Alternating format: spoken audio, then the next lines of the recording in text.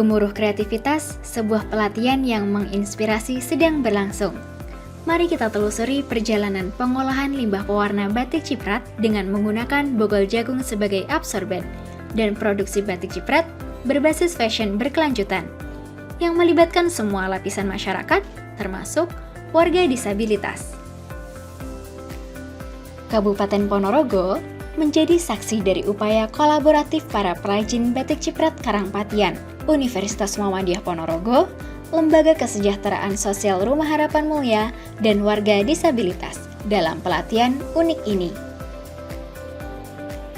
Mereka berfokus pada teknik inovatif pengolahan limbah pewarna batik ciprat menggunakan bogol jagung sebagai bahan absorben alami dan produksi batik ciprat dengan memanfaatkan media fashion berkelanjutan.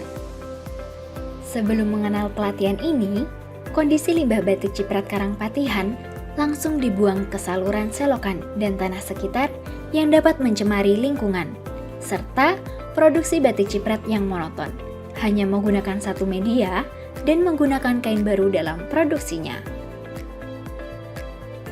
Pemantauan dan observasi lapangan sebelum kegiatan dilakukan oleh tim untuk merumuskan konsep pelatihan terbaik yang dapat dilaksanakan.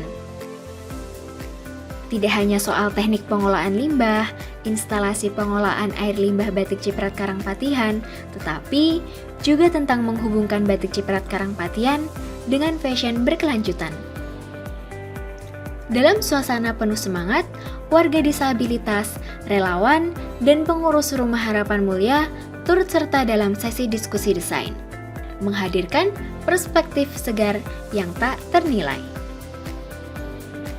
Saya sangat senang sekali dengan diadakannya pelatihan yang dilakukan di Rumah Harapan Mulia, yaitu pelatihan pembuangan air limbah menggunakan bogol jagung dan pelatihan pembuatan batik dengan media fashion berkelanjutan. Jadi pelatihan-pelatihan ini sangat berguna dan relevan sekali dilakukan di Desa Karangpatihan ini, terutama bagi warga disabilitas yang ada di Desa Karangpatihan. Jadi untuk pelatihan IPAL itu sangat mengajari teman-teman yang ada di sini untuk bagaimana cara pengolahan air limbah sehingga bisa mengurangi dampak negatif yang berada di lingkungan sini. Dan untuk pelatihan batik menggunakan media fashion berkelanjutan itu kami bisa memproduksi batik tidak hanya di kain tapi bisa dengan cara-cara lain, contohnya di kaos, di gelas, dan menjadi kipas. Dan pematerinya itu sangat berkompeten dan luar biasa karena sangat mengetahui tentang bagaimana membuat batik dengan cara ramah lingkungan.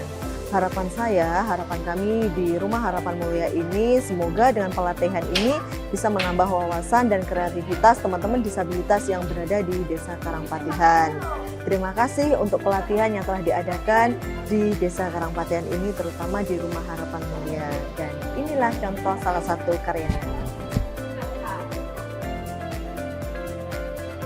Pelatihan ini juga memberikan warga disabilitas kesempatan untuk belajar dan berpartisipasi dalam produksi batik ciprat Karangpatihan dengan media fashion berkelanjutan. Mereka tidak hanya belajar teknik produksi, tetapi juga menjadi bagian dari proses kreatif yang mendukung tujuan keberlanjutan. Dengan setiap cipratan dan sentuhan kreatif, batik ciprat Karangpatihan terlahir dalam harmoni antara keberlanjutan dan inklusi. Pelatihan ini mengilhami tidak hanya peserta, tetapi juga kita semua tentang kekuatan kolaborasi dan pengaruh positif yang bisa dihasilkan. Dari pelatihan yang merangkul semua, kami berharap cerita ini terus menginspirasi perubahan menuju industri berkelanjutan yang lebih inklusif. Semua langkah kecil membentuk jalan panjang menuju masa depan yang lebih cerah. Karangpatihan adalah rindumu.